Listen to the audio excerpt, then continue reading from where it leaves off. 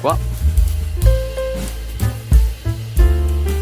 Which brings me to this little fad that we need to stamp out. This happened to me Christmas before last, exchanging gifts with friends, old friends, good friends, quite well-off friends, if I'm being honest. I gave them coffee making machine from Selfridges, top of the range.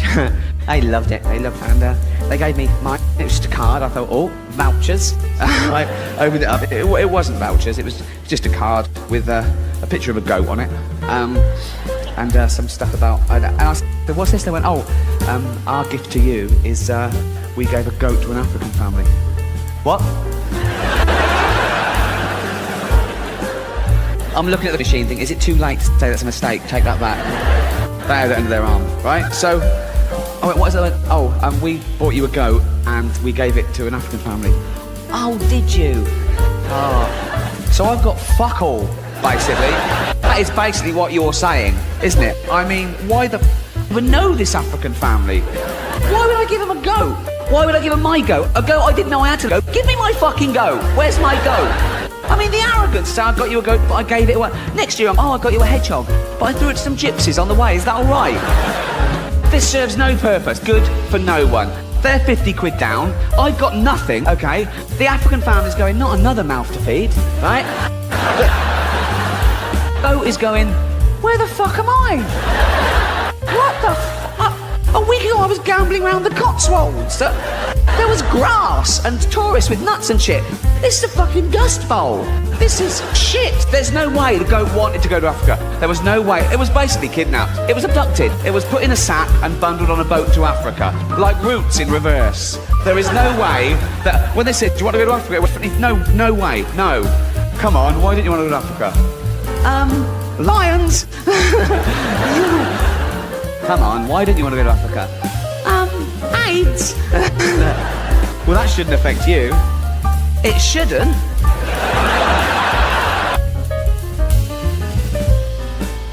I was listening to Radio 4 the other day, and there was a discussion about political correctness. Came up straight away, as always, okay? And was going, well, yeah, it's not right. You know, it's not clever. He makes fun of fat people. He makes jokes about fat people, and it's not right. I mean, he wouldn't make jokes about gay people, would he? And being fat is like being gay. What? No, it's not. You can't choose your sexuality. You've established you choose to be fat by eating it, right? Okay. With your sexuality, you're born. You grow up. You discover you like same-sex relationships. You move to Brighton, and that's it. You're gay. With being fat, you have to work. For being fat to be the same as being gay, you'd have to be born straight, grow up knowing you're straight, but gradually and consciously wean yourself onto cock.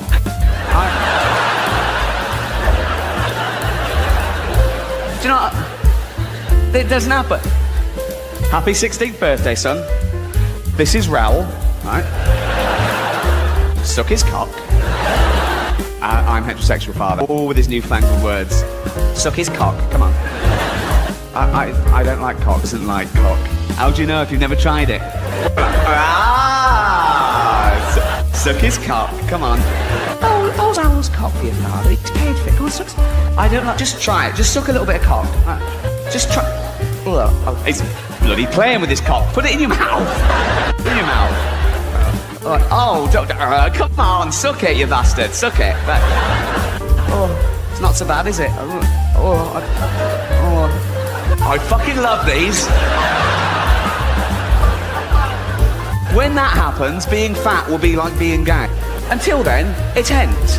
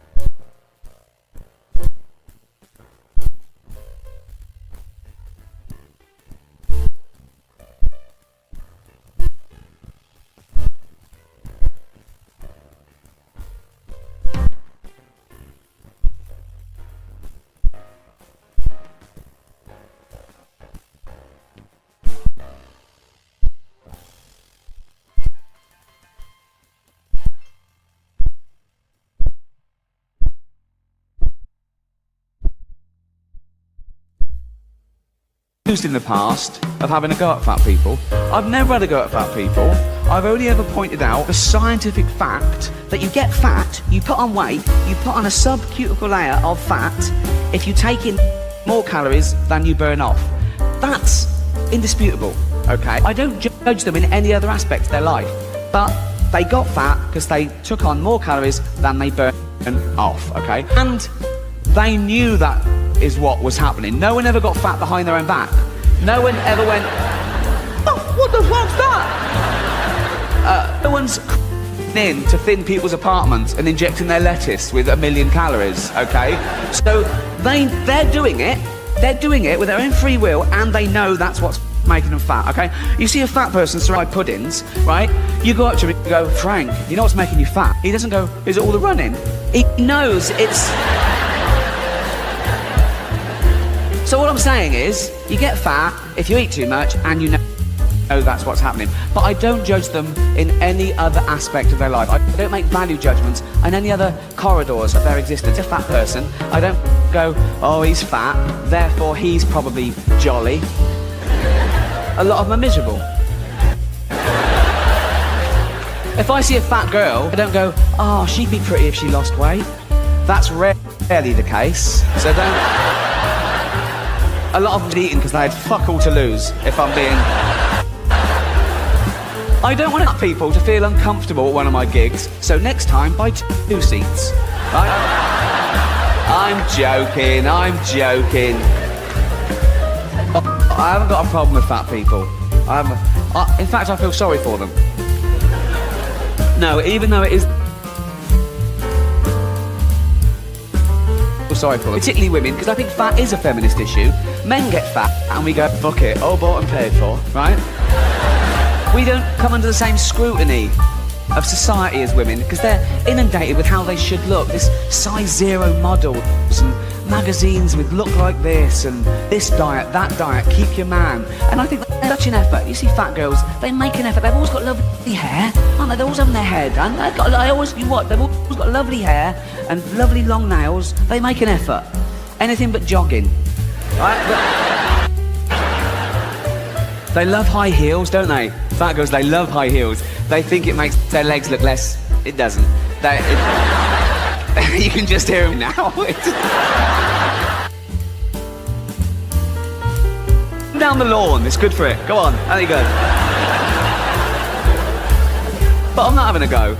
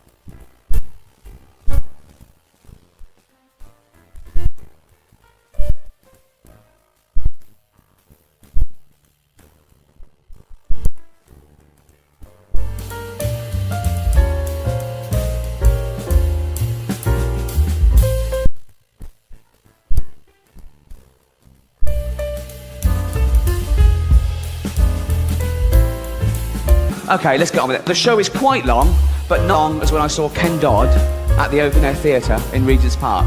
And I left after 2.5 hours during the interval, okay? He did 5 hours. I mean, he was 75 then. 5 hours of...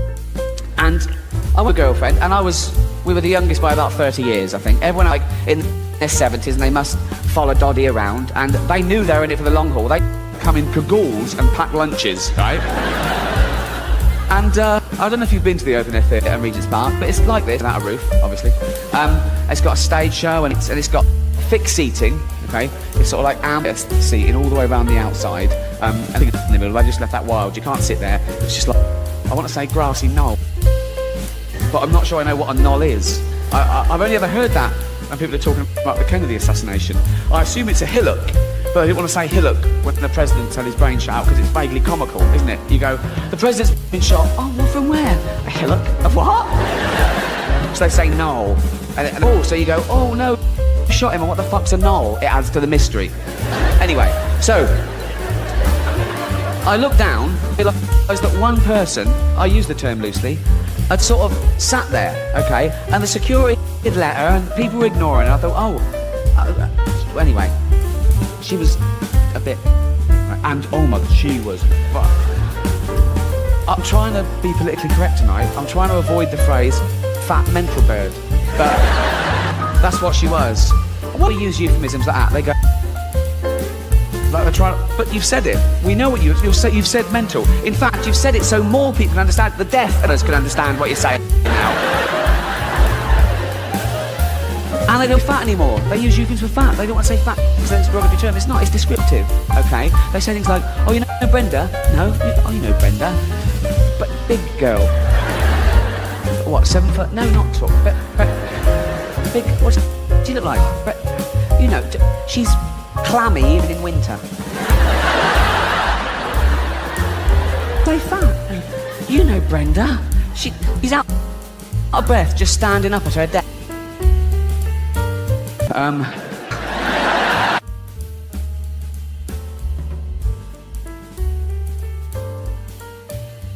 You can have too much of a good thing, like heroin. What? Although too much heroin it's death, basically. What's up with him? Too much. Was it good? It was lovely, but just too much. That's the thing. Try anything once, sure. Try it. But know this about heroin. You go, oh, go on, I'll have one. I'll have one heroin. Go on.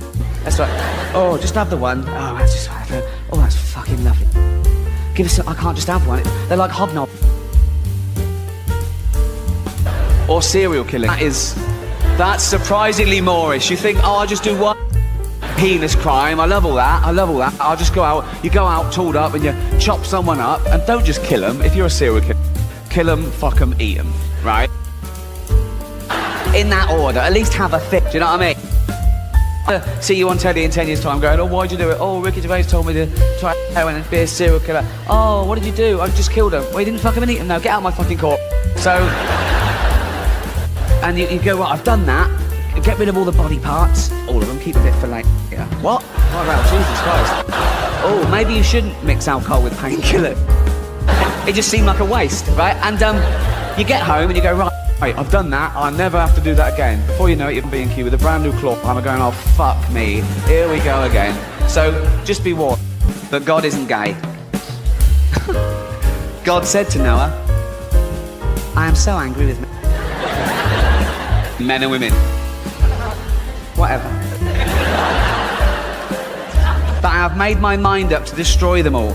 Stretched my bow in the sky. It is a rainbow. That's got to be the world's first pun, hasn't it? It will make so much rain pour down on earth that everything will be drowned, but not you. I want you to build an ark. It must be like a big boat with 3 decks and a roof. Yeah, I know what an ark is, mate. Jesus. And you'll make a door in the side of it. You think I'm a complete fucking mom? Noah did exactly what God told him. And then God said to Noah, now, okay, this book, admittedly aimed at children, but taken from the story in the Old Testament of Noah, I don't think the author of this book was a zoologist. As we've said, there could be different species. I don't think he knows all of them, the way he backs out very quickly in this next sentence. I want you to take 2 of every kind of animal with you into the ark. 2 lions, 2 tigers, 2 elephants, so on.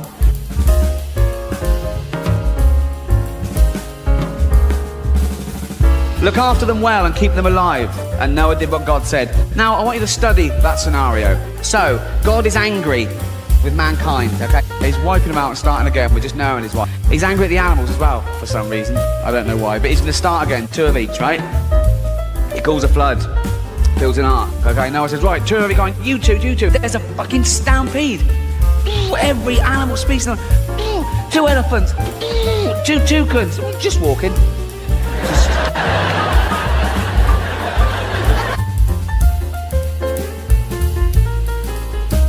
Don't know what, I think this one's in charge. Wants to fly, I think. He's going, we'd get there quicker if we flew. No. No? No. I could do this all night. No?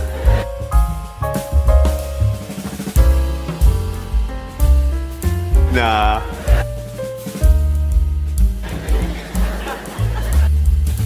Sure? Yeah. I mean, we got we got feet too. Why don't you want to push in? Because that elephant's looking at me funny. Yeah, I am. You push and I will stamp on you, you big-nosed twat. Whoa. Who are you calling big nose? What? Well, pot kettle? What does that mean, pot kettle? Pot calling kettle black? What the fuck are you doing? Oh, forget it. I can't forget it. I'm a fucking elephant. 2 camels, 2 lions, 2 ostriches, 2 leopards, 2 tigers, 2 zebra. Here's the crux of my point. Just 1 species on the ark at the moment. Giraffes. Okay. Thank you. Cheers. Thank you. I should just say, not a lot of science. But then, if you've come here to revise for your thesis, you're fucked, to be honest.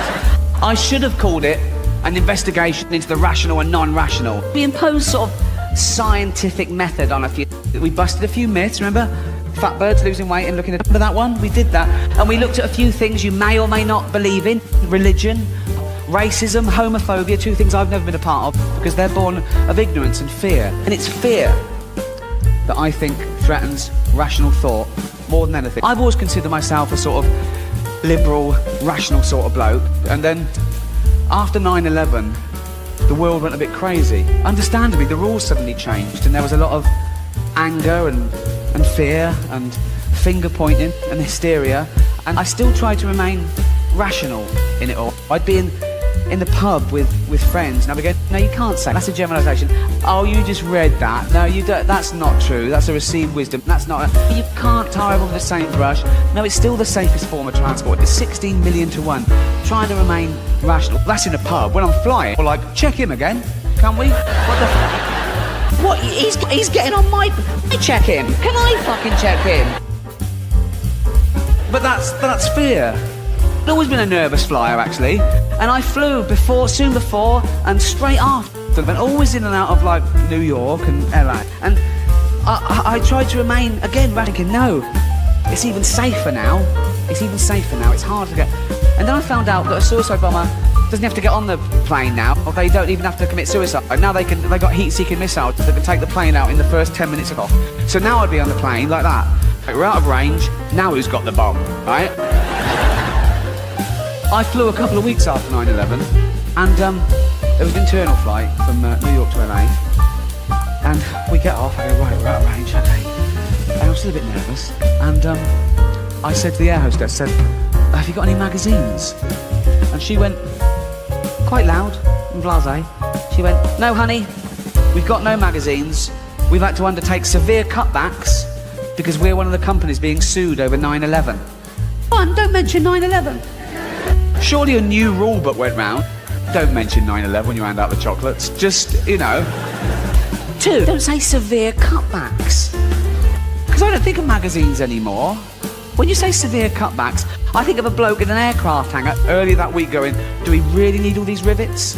So, what terrible bedside manner that is. I mean, like first class flights everywhere. You wouldn't have it any other way. I sort of do it for you, really. And some of those cost 10 grand. And for 10 grand, in a disaster, I expect my bit of the plane at the front to gently break off and float down to an island.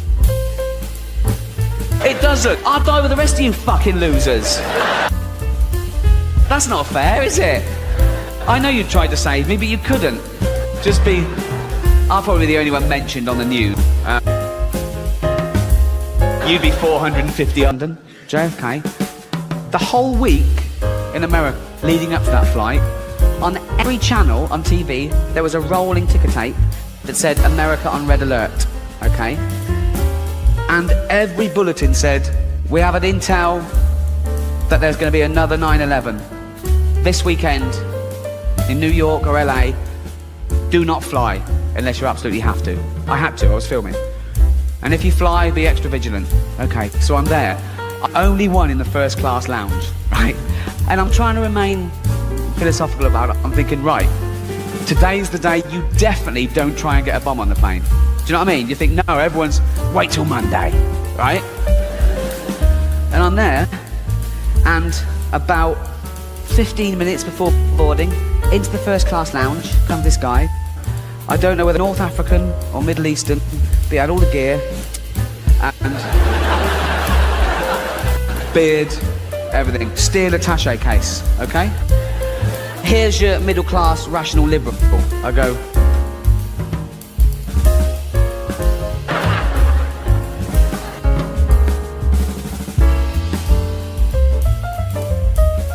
I'm suddenly just engaging staff at the windows, sort of gaffer taped it up, and it had fallen away. And I'm sort of looking, and I look in, and it's an empty room. It's true, except a mattress and a little girl sat on the mattress with her hands tied. And my fucking heart, 5 years old, blonde hair, blue eyes, always happy, crying her eyes out.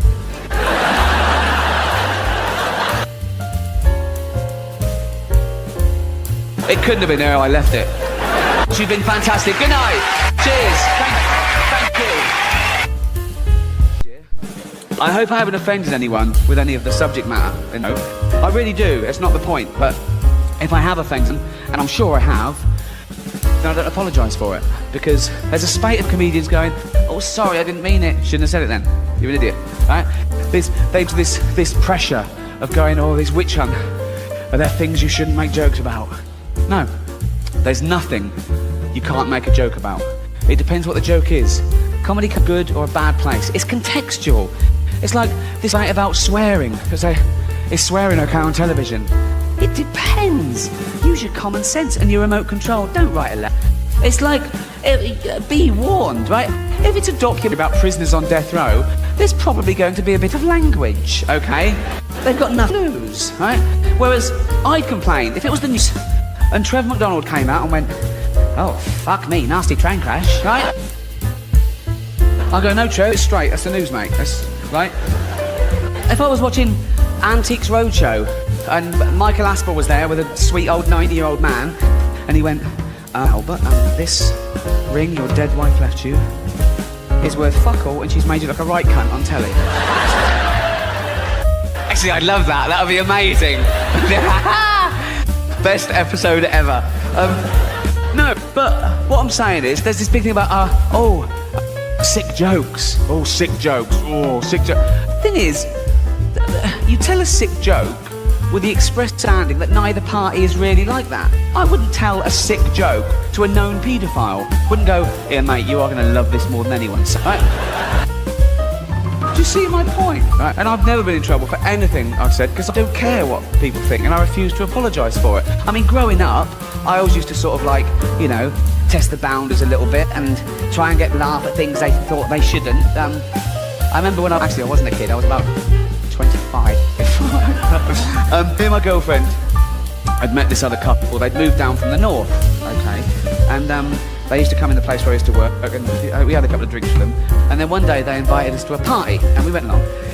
And one, it was a dinner party, they hadn't warned us about that. But two, it was with their parents, both sets of parents, their grandparents, and some great aunts and uncles down from the north to see how they were getting on. So average age of about 85, right?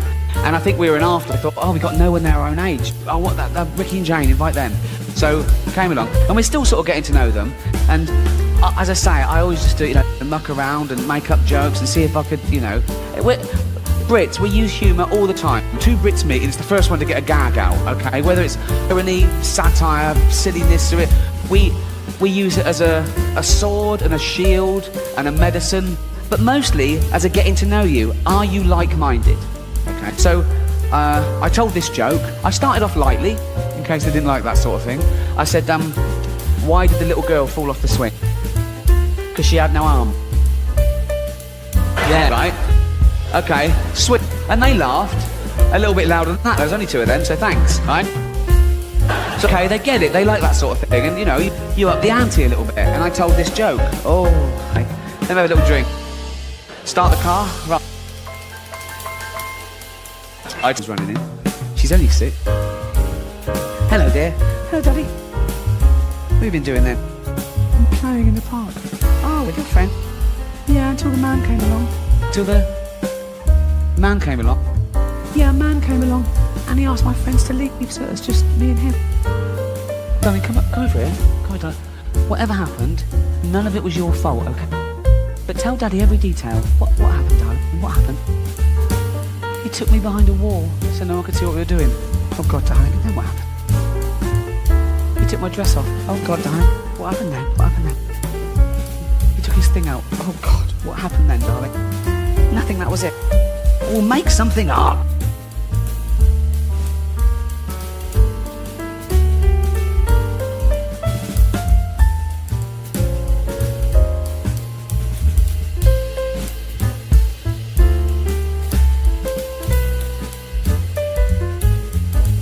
Tell anyone that. I want it to be a surprise. So I told that joke. Carried on, we're getting a bit drunk, and I'm telling more jokes. Eventually we sat down about 9:45, two sort of kitchen tables together.